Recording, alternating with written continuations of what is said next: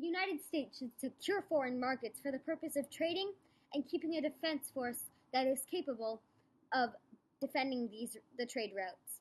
Imperialism helps because when we expand, there are more routes that we would have the need to protect them.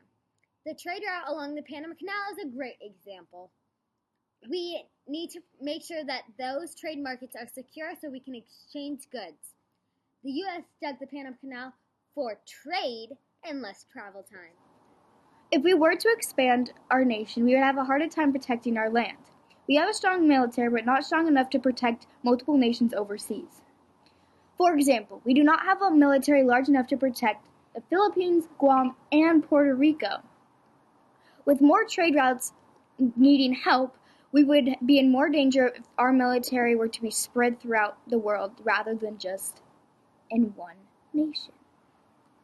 If we were to expand and help the trade routes, we would be helping the lesser people who trade at the markets. If we help enough, then we might be able to gather enough supplies that would strengthen our military. If we begin to try to strengthen our nation by gathering supplies and build a stronger military, it can take us a while to do that.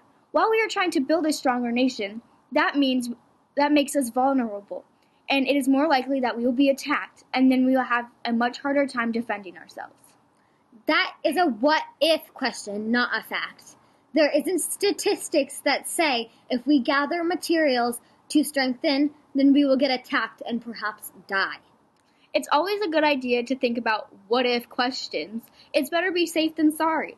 We have enemies that are in other countries, and if they knew we were vulnerable, they would most likely attack. Imperialism has its positive aspects, but in the long run, when greed takes over the reason for helping another nation, it leads to destruction of a nation. And generations to come are severely impacted by the actions of few. A great example of this is the annexation of Hawaii, when we took over their queen and made them part of our nation. How would we become greedy by helping smaller nations? The decision to annex Hawaii might have been a little bit greedy, but overall we helped while we were expanding.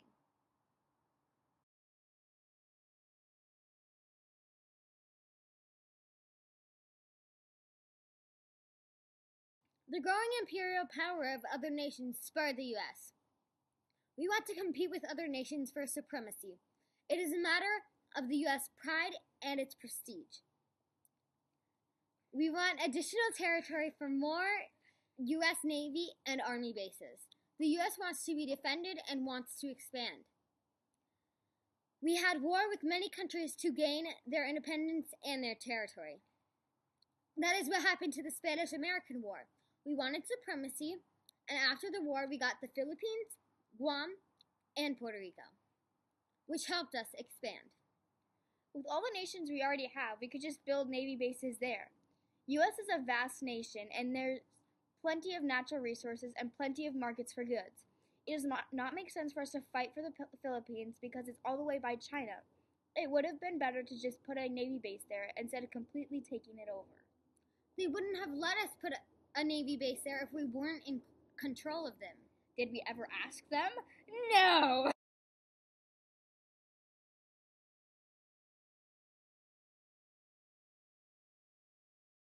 Imperialism goes against the beliefs of Christianity, and most people were Christian at the time.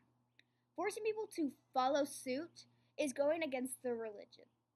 It is also undemocratic. Democrats vote on their rights, and if people are forced to do stuff without a say in it, then we are not a democracy. A good example for this is the Boxer Rebellion in China. We went against their traditions, and they started a rebellion. The U.S. believes in cultural superiority, such as race, values, and religion. Our goal is to civilize the world, not to force people. By civilizing the world, we end up forcing people, which is something we don't want to do.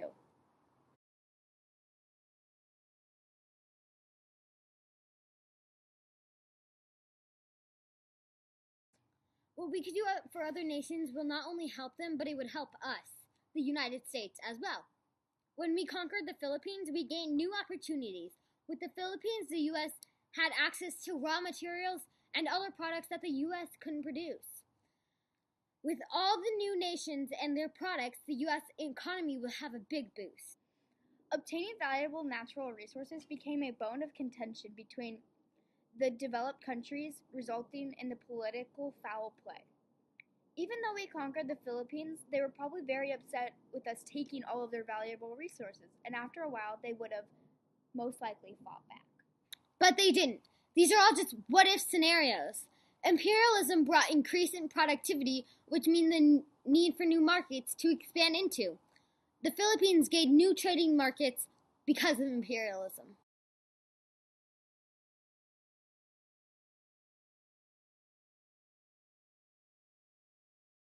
Most traditional culture and languages were simply wiped away. New religions were forced upon, and native belief was discredited. Many Asians and Africans were shipped to America and England against their will as plantation slave labor. After we took over the Queen of Hawaii, the Hawaiians were now a part of the U.S., so most of their religion and native culture was not preserved. But since it is now a tourist attraction, they have tried to incorporate the native culture. Even though we forced them to do something, in the long run, we were just trying to help our nation as well as theirs.